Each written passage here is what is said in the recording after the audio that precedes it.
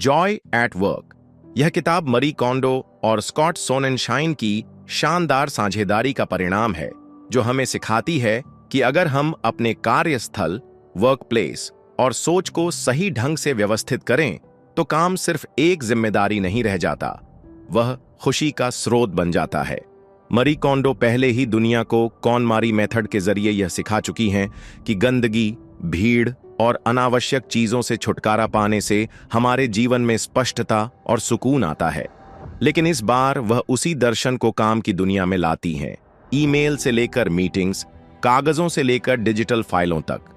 दूसरी ओर Scott सोनेनशाइन behavioural science का उपयोग करते हुए यह बताते हैं कि कैसे हमारा दिमाग क्लटर से उलझता है और प्रोडक्टिविटी गिरती है। यह किताब एक ऐसी फ्रेमवर्क देती है जिससे आप न सिर्फ अपनी वर्कस्पेस को डीक्लटर कर सकते हैं, बल्कि अपनी मानसिक ऊर्जा को भी सही दिशा में मोड़ सकते हैं। जॉय एट वर्क का संदेश साफ है। अगर काम करने का माहौल आपको बोझ लग रहा है, अगर आपकी टेबल और इनबॉक्स हमेशा भरी रहती है, अगर दिन भर करने के बाद भी संतोष नहीं मिलता, तो आपको टाइम मैनेजमेंट नहीं, जॉय मैनेजमेंट की जरूरत है। मरी कोंडो कहती हैं, अगर कोई चीज आपको खुशी नहीं देती तो उसे हटा दो, चाहे वह कोई वस्तु हो या आदत। यही सिद्धांत काम पर भी लागू होता है। यह किताब प्रोडक्टिविटी को खुशी से जोड़ती है, न कि केवल थकावट से। चैप्टर 1, साफ सुथरे काम की ताकत, क्यों काम की जगह मायने रखती है। मारी कोंडो और स्कॉट सोनेनशाइन इस किताब की शुरुआत एक सीधी लेकिन गहरी बात से करते हैं। अगर आपका काम करने का माहौल बिखरा हुआ है तो आपकी सोच भी बिखर जाती है। ज्यादातर लोग सोचते हैं कि प्रोडक्टिविटी का मतलब है ज्यादा काम करना, जल्दी करना, मल्टीटास्किंग करना। लेकिन इस किताब का मैसेज है, काम का माहौल पहले बदलिए, तभी आपकी सोच और काम में असली बदलाव आएगा। एग्जाम्पल, मारी कोंडो बताती हैं कि एक क्लाइंट का ऑफिस ऐसा था जहां हर टेबल पर कागजों का ढेर, पुराने रिपोर्ट्स, अधूरी फाइल्स, पोस्ट-इट्स और रैंडम चीजें बिखरी हुई थीं। वो पर्सन हर दिन एग्जॉस्टेड महसूस करता था, काम के बीच भी फोकस नहीं बनता था। मारी ने उससे एक सवाल पूछा, इस मेज पर क्या ऐसी कोई चीज है जो आपको खुशी देती है? और वो चुप हो गया। फिर उन्होंने उसके वर्क स्पेस को कॉनमरी मेथड से डिक्लटर करवाया। हर चीज से पूछा गया, क्या ये मुझे जॉय देता है? कुछ ही घंटों में वो टेबल साफ हो गई। काम करते समय अब सिर्फ जरूरी चीजें थीं और मन में भी क्लैरिटी आ गई। किताब में बताया गया है कि हम अक्सर काम को ठीक करना चाहते हैं, लेकिन काम के माहौल को नहीं देखते। जो फिजिकल मैस आप देखते हैं वही मेंटल मैस बनकर आपके दिमाग पर असर डालता है। मारी कोंडो का कहना है, हर चीज जिसे आप छूते हैं वो आपके मन को भी छूती है। स्कॉट सोनेनशाइन बताते हैं कि हम जो चीजें रखे रहते हैं, चाहे वो पुराने मेल्स हों, नोट्स हों या यूजलेस एप्स, वो हमारी मेंटल स्पेस को धीरे धीरे भर देती हैं। आप सोचते हैं कि चलो अभी काम कर लेते हैं, बाद में ऑर्गेनाइज करेंगे, लेकिन वो बाद में कभी नहीं आता और वो मैस धीरे धीरे स्ट्रेस, डिले और डिससैटिस्फैक्शन बन जाता है। इस चैप्टर में यही सिखाया गया है, काम में जॉय लाना चाहते हैं तो सबसे पहले उस जगह को ठीक करें जहां आप काम करते हैं। शुरुआत छोटी सी हो सकती है, एक ड्रॉअर से, डेस्कटॉप फाइल्स से या अपने ईमेल इनबॉक्स से। लेकिन एक बार आपने साफ सुथरा माहौल बना लिया तो आपका मन खुद ब खुद काम में लगने लगेगा, और वही पहला स्टेप है जॉय एट वर्क की दुनिया में। चैप्टर 2, डिसीजन फटीग, जब छोटी छोटी चीजें आपका ध्यान खा जाती हैं। मारी कोंडो और स्कॉट सोनेनशाइन इस चैप्टर में बताते हैं कि कभी कभी सबसे ज्यादा थकान फिजिकल काम से नहीं, बल्कि डिसीजन लेने से आती है।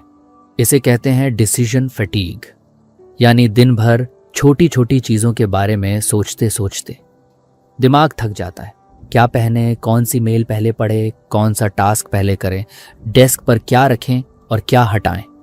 इन डिसीजंस का बोझ हर दिन हम महसूस करते हैं, और जब दिमाग थक जाता है तो क्रिएटिविटी, क्लैरिटी और मोटिवेशन सब कम हो जाती है। एग्जाम्पल, एक कंपनी में मारी कोंडो एक सीनियर मैनेजर से मिली जो रोज 100 से ज्यादा ईमेल पढ़ते थे, लेकिन फिर भी ऐसा लगता था कि कुछ भी प्रोग्रेस नहीं हो रहा। मारी ने जब उनके वर्कस्पेस का ऑडिट किया तो पाया कि उनका माइंड हर दिन फाइल नेम्स, मेल फोल्डर्स और क्लटर्ड इनबॉक्स में उलझा रहता था।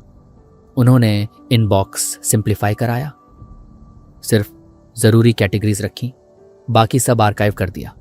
अगले ही हफ्ते वो मैनेजर बोले, अब मेरा दिमाग फ्री लगता है, जैसे मैं फिर से सोच पा रहा हूं। इस चैप्टर में मैसेज साफ है, कम डिसीजंस, ज़्यादा क्लैरिटी। अगर आप हर दिन छोटी चीज़ों में फंसे रहेंगे तो बड़े कामों के लिए एनर्जी ही नहीं बचेगी। ऑर्गेनाइज की शुरुआत करने का मतलब है कि डिसीजन फैटीग को कम करना, ताकि आपका दिमाग काम पर लग सके। चैप्टर 3, क्या ये चीज मेरे काम में जॉय लाती है? मारी कोंडो का सिग्नेचर सवाल है, डज इट स्पार्क जॉय? लेकिन इस बार वो इस सवाल को काम की चीजों पर अप्लाई करने की बात करती है। यह बात सिर्फ सजावट या खुशी की नहीं है, बल्कि उस एनर्जी की है जो आपके टूल्स, फोल्डर्स, फाइल्स और सर्फिंग्स आपको देते हैं। आप हर दिन किन चीज़ों को छूते हैं, किस सॉफ्टवेयर में काम करते हैं, किस नोटबुक में लिखते हैं, ये सब आपके मूड और प्रदर्शन को प्रभावित करते हैं।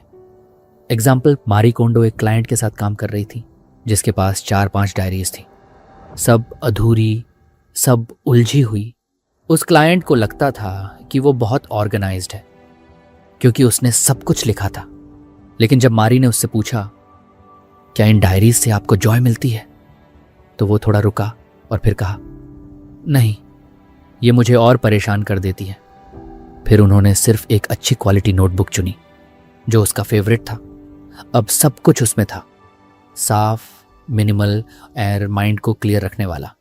इस चैप्टर में बताया गया है कि आपके आसपास की चीज़ें काम की एफिशिएंसी और मेंटल पीस दोनों पर असर डालती हैं।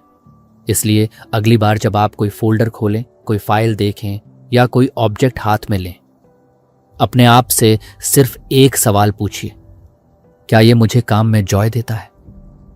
अगर जवाब नहीं है तो उसे अलविदा कहिए, क्योंकि जॉय से भरा हुआ स्पेस आपकी प्रोडक्टिविटी को 2 गुना कर सकता है। चैप्टर 4, कागज का जाल, कैसे पेपर वर्क आपका दिमाग जाम कर देता है। मारी कोंडो इस चैप्टर में एक ऐसा मुद्दा उठाती है जिससे हम में से लगभग हर कोई गुजरता है। कागजों का ढेर, घर हो या office, receipts, bills, reports, forms, photocopies, हर जगह पेपर जमा होते रहते हैं और हमें लगता है कि शायद ये सब ज़रूरी है, किसी दिन काम आ सकता है। लेकिन सच्चाई ये है कि ये कागज़ ज़रूरी कम और बोझ ज़्यादा बनते हैं। एग्जाम्पल, एक क्लाइंट के घर में मारी कोंडो ने 3 बड़े डब्बों में पेपर वर्क पाया। जब सॉर्टिंग शुरू की गई तो उसमें से 80% चीज़ें ऐसी थीं जो या तो आउटडेटेड थीं या फिर किसी काम की नहीं। मारी का प्रिंसिपल सिंपल है, 0.0। कागज़ों को 3 कैटेगरीज में बांटिए। 1, अभी ज़रूरी। 2, डर थोड़े समय के लिए। तीसरी, कभी नहीं ज़रूरी। ज़्यादातर लोग तीसरी कैटेगरी को पकड़कर बैठे रहते हैं, क्या पता आगे काम आ जाए। लेकिन ये क्लटर सिर्फ जगह नहीं, मेंटल स्पेस भी खा जाता है। अगर कोई कागज़ आपको डेली डिसीजन या लीगल सेफ्टी नहीं दे रहा तो उसे स्कैन करके डिजिटल करिए या फिर रिस्पेक्टफुली डिस्कार्ड करिए, क्योंकि जितना आपका पेपर वर्क साफ होगा उतना ही आपका माइंड रिलैक्स्ड और फोकस्ड रहेगा। चैप्टर 5, डिजिटल दुनिया की सफाई। फाइल्स, फोल्डर्स और इनबॉक्स को हल्का कीजिए। मारी कोंडो और स्कॉट सोनन शाइन मानते हैं कि आज फिजिकल क्लटर से भी ज्यादा खतरनाक है डिजिटल क्लटर। हजारों ईमेल्स अनरीड पड़े हैं, डेस्कटॉप पर रैंडम फाइल्स बिखरी हुई हैं, 10 फोल्डर्स में वही दस्तावेज बार बार डुप्लीकेट हैं।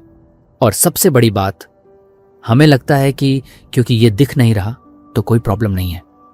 लेकिन हर बार जब आप अपने कंप्यूटर खोलते हैं, हर बार जब इनबॉक्स लोड होता है, एक मेंटल एक्सहॉस्टन शांति से बनती है। एग्जाम्पल, एक सॉफ्टवेयर इंजीनियर ने मारी को बताया कि उसका लैपटॉप बहुत स्लो हो गया है।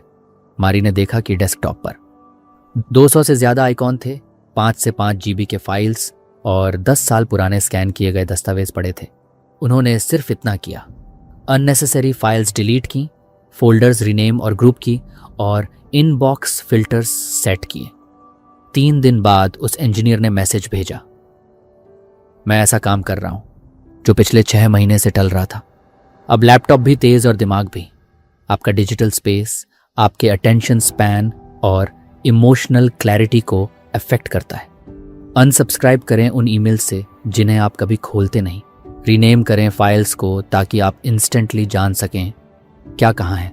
डिलीट करें वो सब जो सिर्फ डर की वजह से रखा हुआ है, क्योंकि डिजिटल सफाई शून्य आपके दिमाग की सफाई भी है। चैप्टर 6, काम में मीनिंग कैसे लौटे जब आप बेकार चीजें हटाते हैं। मारी कोंडो कहती हैं कि जब आप अपने आसपास के माहौल को साफ करते हैं तो सिर्फ जगह नहीं, आपके काम का मीनिंग भी साफ होने लगता है। बहुत बार हम उस चीज के लिए काम करना शुरू करते हैं जिससे हमें प्यार होता है, लेकिन समय के साथ वो काम रूटीन, तनाव और बोझ बन जाता है। ऐसा क्यों? क्योंकि उस काम के आसपास इतनी डिस्ट्रैक्शन, पेपरवर्क और फॉर्मेलिटी जमा हो जाती है कि असली पैशन दब जाता है। एग्जाम्पल, एक ग्राफिक डिजाइनर थे जो कभी आर्ट को लेकर बहुत पैशनेट थे, लेकिन अब सिर्फ क्लाइंट्स के चक्कर और डेडलाइंस के बीच खुद को खोया हुआ महसूस कर रहे थे। मारी ने उनसे बस एक बात कही, अपने स्टूडियो में सिर्फ वो चीजें रखें जो आपके अंदर की क्रिएटिविटी को जगाएं। उन्होंने सब कुछ साफ किया, पुरानी स्केचेस, बेकार ड्राफ्ट्स, टूटे हुए टूल्स। अब स्टूडियो में सिर्फ वो चीजें थीं जो उन्हें सच में प्रेरित करती थी। 1 महीने बाद उन्होंने अपना सबसे ओरिजिनल आर्टवर्क बनाया। लेखक कहती हैं कि जब आप अपना वर्क स्पेस हल्का करते हैं तो आपका माइंड खुद ही उन चीजों पर ध्यान देता है जो आपके काम को फिर से जिंदा बनाती हैं। काम से फिर से कनेक्शन बनाना पॉसिबल है, बस उसके आसपास का नॉन एसेंशियल हटाना होगा। चैप्टर 7, दूसरों की चीजों को कैसे हैंडल करें जब कंट्रोल आपके हाथ में नहीं होता। ये एक बहुत कॉमन सिचुएशन है। आपने अपनी जगह ऑर्गेनाइज कर ली, लेकिन कॉलीग्स या परिवार वाले अब भी क्लटर फैलाते हैं। मारी कोंडो मानती हैं कि आप कभी भी पूरी कंट्रोल में नहीं हो सकते, लेकिन आप हमेशा अपनी रिएक्शन को चुन सकते हैं। एग्जाम्पल, एक वुमन ने मारी को बताया कि उसके शेयर्ड ऑफिस में एक साथी हर जगह पेपर, बुक्स और मग्स फैला देता है। मारी ने उसे सलाह दी कि उनकी चीज़ों को मत छुएं, बस अपनी जगह को जॉय से भरिए। उस महिला ने अपनी मेज़ को व्यवस्थित रखा, एक फ्रेश प्लांट रखा और अपनी बाउंड्रीज क्लियर कर दी। धीरे धीरे उस मैसी कॉलीग ने खुद नोटिस किया कि उनकी टेबल कितनी शांत और क्लियर लगती है, और वो भी सफाई रखने लगा। लेखक कहती हैं कि हम दूसरों को बदलने की कोशिश करते हैं, लेकिन सबसे असरदार तरीका है खुद में बदलाव लाकर एग्जाम्पल बनना। आपकी एनर्जी कंटेजियस होती है। जब आप अपने स्पेस को क्लैरिटी और रिस्पेक्ट से भरते हैं तो आसपास के लोग भी सबकॉन्शियसली इंस्पायर्ड महसूस करते हैं। चैप्टर 8, मीटिंग्स को भी मिल सकती है खुशी, केओस से क्लैरिटी तक। मारी कोंडो और स्कॉट सोननशाइन बताते हैं कि काम में सबसे ज्यादा समय लेने और थकाने वाली चीज होती है बिना मीनिंग वाली मीटिंग्स। कई बार तो मीटिंग इसीलिए रखी जाती है क्योंकि ऐसा करना जरूरी है या फिर हमेशा से करते आ रहे हैं, लेकिन मीटिंग के बाद भी कोई क्लियर डिसीजन नहीं होता और लोग उसी कंफ्यूजन में लौट जाते हैं। एग्जाम्पल, एक टीम लीडर ने मारी से कहा कि उसकी टीम हर हफ्ते 3 मीटिंग करती है, लेकिन काम में कोई ज्यादा फर्क नहीं आता। मारी ने उसे यह अप्रोच दी, मीटिंग शुरू करने से पहले सिर्फ एक सवाल पूछो, इस मीटिंग का मकसद क्या है, और फिर एजेंडा लिखो। समय सीमा तय करो, अननेसेसरी लोगों को एक्सक्लूड करो। एक्शन पॉइंट्स मीटिंग के अंत में शेयर करो। 3 हफ्तों में ही उनकी मीटिंग्स अधिकांश हो गई और आउटकम्स दोगुने। लेखक बताते हैं कि जब आप मीटिंग को कॉन्शियस ऑर्गेनाइज करते हैं तो सिर्फ समय नहीं बचता, बल्कि काम में ओनरशिप और एनर्जी भी आती है। हर मीटिंग में केओस नहीं, क्लैरिटी और कंट्रीब्यूशन होना चाहिए। चैप्टर 9, जब खुशी अकेले नहीं टीम के साथ आती है। मारी कोंडो कहती हैं कि काम में जॉय सिर्फ आपकी डेस्क तक सीमित नहीं रहती। एक ऑर्गेनाइज टीम कल्चर पूरी ऑर्गेनाइजेशन को अपलिफ्ट कर सकती है। जब हर व्यक्ति अपने हिस्से की रिस्पॉन्सिबिलिटी लेता है और रिस्पेक्ट से स्पेस और काम को ट्रीट करता है तो एक अलग ही एनर्जी बनती है। एग्जाम्पल, एक आईटी कंपनी में मारी ने एक वर्कशॉप की जहां हर एम्प्लॉई ने अपने टेबल से शुरू करके मीटिंग रूम, शेयर्ड शेल्व्स और इवन पैंट्री तक ऑर्गेनाइज किया। उन्होंने हर जगह पूछा, क्या ये चीज़ हमारे काम में जॉय ला रही है? शुरू में सबको ये एक्सरसाइज अजीब लगी, लेकिन धीरे धीरे सबने देखा कि काम आसान हो गया, एक दूसरे की रिस्पेक्ट बढ़ी और ऑफिस का माहौल शांत और मोटिवेटेड हो गया। लेखक कहते हैं कि जब एक पूरी टीम इंटेंशनल स्पेस बनाती है तो उस कल्चर में नेगेटिविटी की जगह नहीं बचती। क्लटर हटाने से सिर्फ फिजिकल चीजें नहीं हटती, बल्कि ब्लेम, ईगो और फ्रस्ट्रेशन जैसी एनर्जीज भी कम होती हैं। और यही होता है जॉय एट वर्क, एक शेयर्ड जर्नी। चैप्टर 10, डिसीजन लेना आसान बनाएं, कम चीजें, ज्यादा साफ सोच। मारी कोंडो और स्कॉट सोननशाइन इस चैप्टर में बताते हैं कि जब आपके पास बहुत ज्यादा ऑप्शंस होते हैं तो दिमाग ज्यादा उलझ जाता है। हम सोचते हैं जितनी ज्यादा चॉइसेस होंगी उतना अच्छा, लेकिन हकीकत इसके बिल्कुल उलट होती है। बहुत ज्यादा फाइल्स, बहुत सारे टूल्स, हर जगह बैकअप प्लान्स, ये सब डिसीजंस लेने की स्पीड को धीमा कर देते हैं। एग्जाम्पल, एक HR मैनेजर ने अपने कंप्यूटर में 10 सॉफ्टवेयर टूल्स इंस्टॉल कर रखे थे क्योंकि उसे लगता था हर टूल किसी दिन काम आ सकता है, लेकिन हर बार उसे सोचने में बहुत वक्त लगता था कि किस में काम शुरू करे। मारी ने उससे कहा, सिर्फ उसी टूल को रखो जो काम में जॉय और ईज दे। उसने बाकी सब अनइंस्टॉल कर दिए। अब वो एक ही सिस्टम में काम करता है और उसका डिसीजन मेकिंग तेज और साफ हो गया है। लेखक कहते हैं कि कम चीजें रखने का मतलब है ज्यादा तेज और स्पष्ट निर्णय, क्योंकि जब सामने सिर्फ वही चीजें हों जो आपके लिए वाकई काम की हैं, तो दिमाग भी पूरे फोकस से काम करता है। चैप्टर 11, कभी तो काम आएगा, इस सोच से बाहर कैसे निकलें। इस चैप्टर में मारी कोंडो हमारी सबसे कॉमन सोच पर बात करती हैं। इस चीज को फेंकूं नहीं, क्या पता आगे काम आ जाए। यही सोच वो वजह है जिससे हम सब कुछ संभालते रहते हैं, चाहे फिजिकल चीजें हों या डिजिटल क्लटर। लेकिन हर बार जब आप ये सोचते हैं तो आप अपना एक हिस्सा पास्ट में बांधते हैं और आगे बढ़ने की जगह कम होती जाती है। एग्जाम्पल, एक क्लाइंट ने मारी को बताया कि उसने अपने पिछले 7 जॉब्स की नोटबुक संभाल रखी थी क्योंकि कभी उनमें से कुछ काम आ सकता है। मारी ने उसे एक बात कही, अगर कोई चीज आपके आज के काम में नहीं आ रही तो वो शायद आगे भी नहीं आएगी। फिर उन्होंने सिर्फ उन नोट्स को रखा जो आज के रोल के लिए यूजफुल थे, बाकी सब स्कैन करके आर्काइव किया या डिस्कार्ड कर दिया। लेखक कहते हैं कि आपका स्पेस आपको सपोर्ट करे, ना कि गिल्ट से भरा हुआ हो। अगर कोई चीज सिर्फ इसलिए रखी है क्योंकि कभी काम आएगी, तो आपको खुद से पूछना चाहिए, क्या मैं ट्रस्ट करता हूं कि जब जरूरत होगी तब मुझे सही सॉल्यूशन मिलेगा? क्योंकि जब आप भरोसा करते हैं तो आप हल्के हो जाते हैं और वहीं से जॉय शुरू होती है। चैप्टर 12, जो चीजें दिखाई नहीं देती, इमोशनल क्लटर से कैसे निपटें। मारी कोंडो और स्कॉट सोननशाइन बताते हैं कि कभी कभी सबसे भारी क्लटर वो होता है जो हमें दिखता नहीं, लेकिन हम हर दिन उसे अपने अंदर महसूस करते हैं। ये वो थॉट्स हैं जो हमें रोकते हैं। मैं अच्छा इनफ नहीं हूं, मुझे सब कुछ परफेक्टली करना है, अगर गलती हुई तो क्या होगा। इन्हीं डाउट्स, फियर्स और गिल्ट की वजह से हम जरूरी डिसीजंस लेने से डरते हैं, काम टालते रहते हैं और खुद को स्टक महसूस करते हैं। एग्जाम्पल, एक एंटरप्रेन्योर ने मारी से कहा कि उसके पास सब कुछ है, ऑफिस, क्लाइंट्स, पैसा, फिर भी उसे खालीपन लगता है। जब मारी ने उससे उसकी पुरानी चीजें देखने को कहा तो उसने एक पुराना रिजेक्शन लेटर दिखाया जो सालों से उसकी ड्रॉअर में पड़ा था।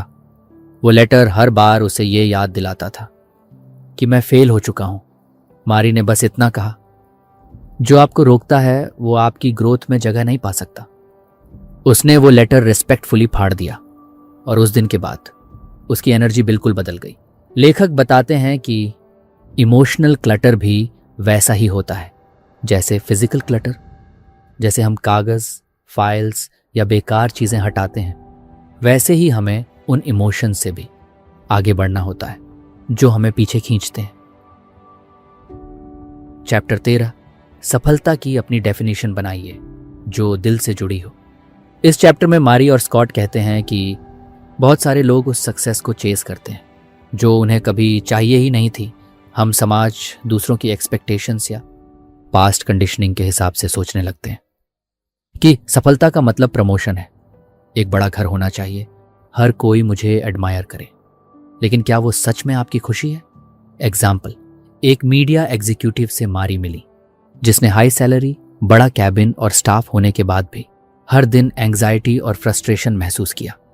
मारी ने पूछा, आप किस पल को सबसे ज्यादा याद करते हैं? अपनी जॉब में? उसने जवाब दिया, जब मैं इंटर्न था और फील्ड में जाकर सच में स्टोरीज कलेक्ट करता था। मारी ने कहा, शायद वही आपकी असली सक्सेस है। कुछ महीनों में उसने रोल चेंज किया। अब वो फील्ड में जाता है, कमाता भी है और खुश भी है। लेखक कहते हैं कि जब आप अपने स्पेस और माइंड को क्लियर करते हैं तो अंदर से वो आवाज़ साफ सुनाई देने लगती है जो बताती है मुझे सच में क्या चाहिए। और यही क्लैरिटी आपको खुश, इंटेंशनल और जॉयफुल बनाती है। चैप्टर 14, जब काम बोझ नहीं एक अनुभव बन जाता है। मारी कोंडो और स्कॉट सोननशाइन बताते हैं कि हम में से ज़्यादातर लोग काम को एक रिस्पॉन्सिबिलिटी, एक टारगेट या एक डेडलाइन के रूप में देखते हैं। लेकिन क्या हो अगर हम काम को एक मीनिंगफुल एक्सपीरियंस की तरह देखें? जब आप काम में पूरी मौजूदगी के साथ शामिल होते हैं, हर टास्क, हर इंटरैक्शन, हर सोच को महसूस करते हैं, तो वो रूटीन भी एक पर्पसफुल जर्नी बन जाती है। एग्जाम्पल, एक अकाउंटेंट से मारी ने पूछा, आपका काम बहुत मैकेनिकल लगता है, क्या आपको इसमें कभी खुशी मिलती है? उसने जवाब दिया, जब मैं किसी क्लाइंट की फाइनेंशियल कंफ्यूजन साफ कर देता हूं और वो मुस्कुरा देता है, वो पल मुझे अच्छा लगता है। मारी ने कहा, वहीं से शुरुआत कीजिए। हर टास्क को उस इंटेंशन से देखिए कि आप किसी को क्लैरिटी दे रहे हैं। धीरे धीरे उस अकाउंटेंट का काम बोरिंग रूटीन से पर्पसफुल हेल्प में बदल गया। लेखक कहते हैं कि काम सिर्फ नंबर्स, टारगेट्स और रिपोर्ट्स नहीं होता, वो लोगों से जुड़ा होता है। और जब आप उस कनेक्शन को महसूस करते हैं तभी आप काम में जॉय पा सकते हैं। चैप्टर 15, हर दिन की शुरुआत एक साफ जगह से। मारी कोंडो इस चैप्टर में कहती हैं कि जैसे आप हर दिन नहाकर फ्रेश महसूस करते हैं, वैसे ही वर्क स्पेस को भी हर दिन फ्रेश करने की ज़रूरत होती है।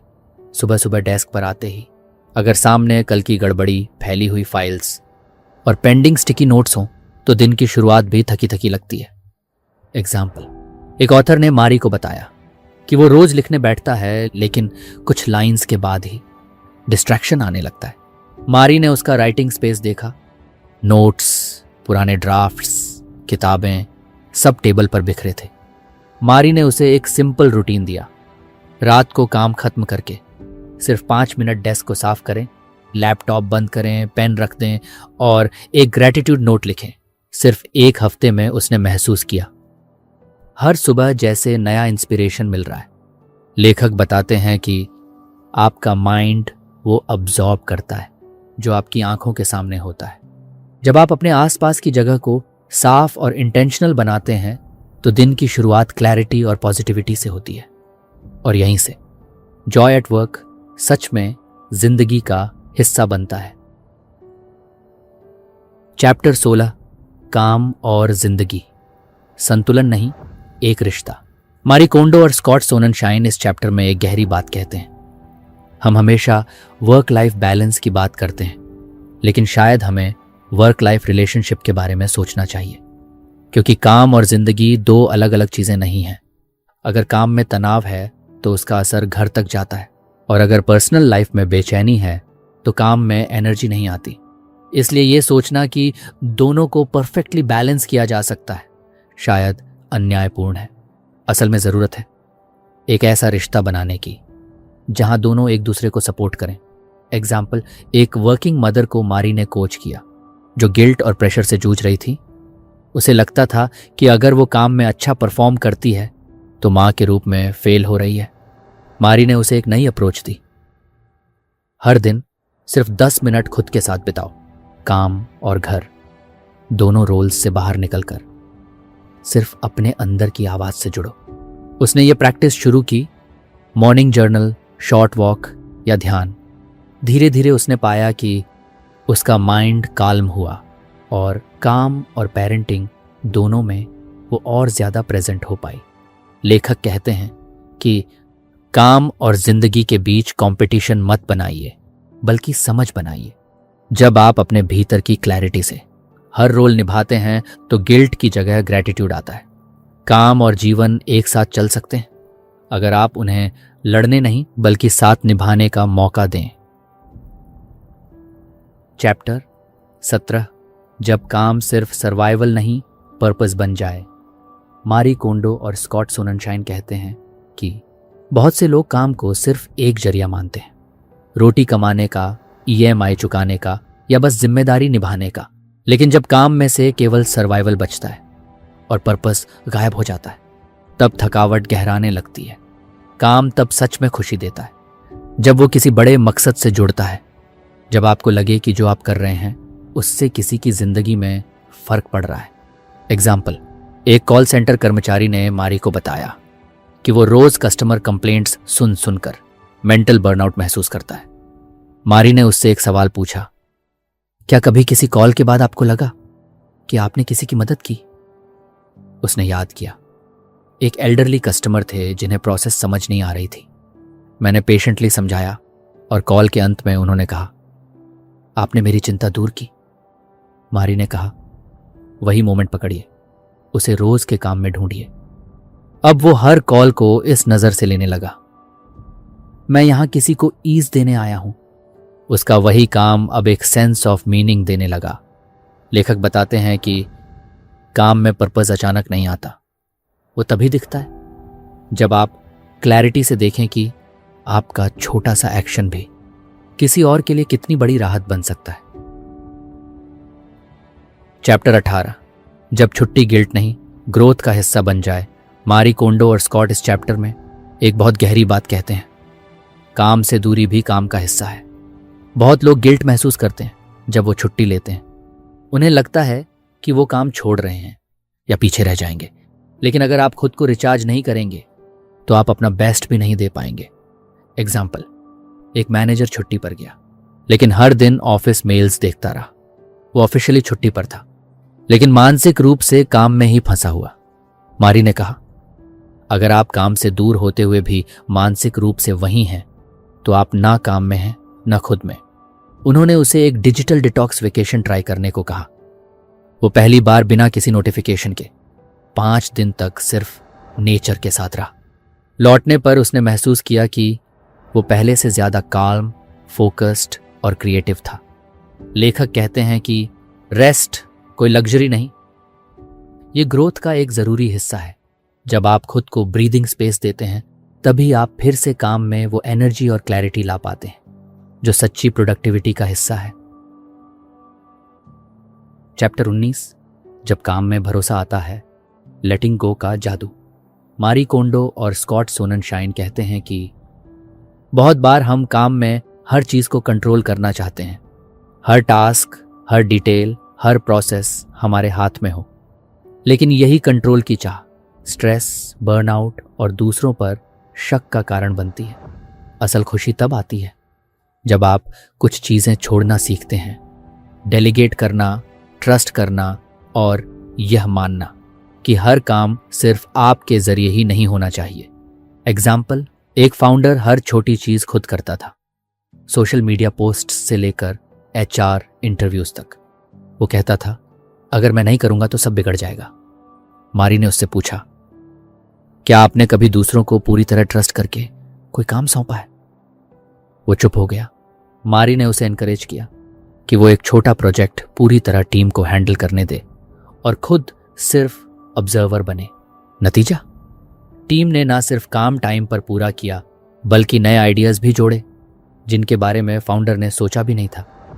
लेखक कहते हैं कि जब आप कंट्रोल को छोड़ते हैं तो आप स्पेस बनाते हैं, क्रिएटिविटी के लिए, टीम के ट्रस्ट के लिए और खुद के पीस के लिए। काम में ग्रोथ का एक अहम हिस्सा है लेटिंग गो विथ ट्रस्ट, क्योंकि खुशी वहां नहीं है जहां आप सब कुछ अकेले संभाल रहे हैं। खुशी वहां है जहां आप दूसरों को भी ओनरशिप देने का हौसला रखते हैं। चैप्टर 20, जब काम खुशी और जीवन एक हो जाते हैं। मारी कोंडो और स्कॉट सोननशाइन कहते हैं, सच्ची प्रोडक्टिविटी तब आती है जब काम सिर्फ जिम्मेदारी नहीं, जीवन का सच्चा हिस्सा बन जाए। कई लोग सुबह से शाम तक काम करते हैं लेकिन अंदर से खाली महसूस करते हैं, क्योंकि काम में जॉय नहीं, बस हैबिट होती है। लेकिन अगर आप अपने आसपास की चीज़ों को साफ, मीनिंगफुल और इंटेंशनल बना दें तो काम आपको थकाता नहीं, ऊर्जा देता है। एग्जाम्पल, एक यंग एम्प्लॉई ने जब अपने टेबल से सिर्फ 3 नॉन यूजफुल चीज़ें हटाईं तो उसने महसूस किया कि उसका माइंड हल्का हो गया। वो काम वहीं था लेकिन अब वो क्लैरिटी के साथ कर पा रहा था। लेखक कहते हैं कि अगर आप हर दिन थोड़ी सी साफ थिंकिंग, थोड़ी सी पर्पस और थोड़ी सी खुशी के साथ काम करें तो धीरे धीरे काम, खुशी और जीवन एक हो जाते हैं। अगर आपको ये ऑडियो बुक पसंद आई हो तो इसे शेयर करें, लाइक करें और ऐसे ही प्रेरणादायक कंटेंट के लिए सब्सक्राइब करें। आप सुन रहे थे A2 ऑडियो बुक, जहां किताबें बोलती हैं। फिर मिलेंगे एक नई किताब के साथ। तब तक के लिए धन्यवाद।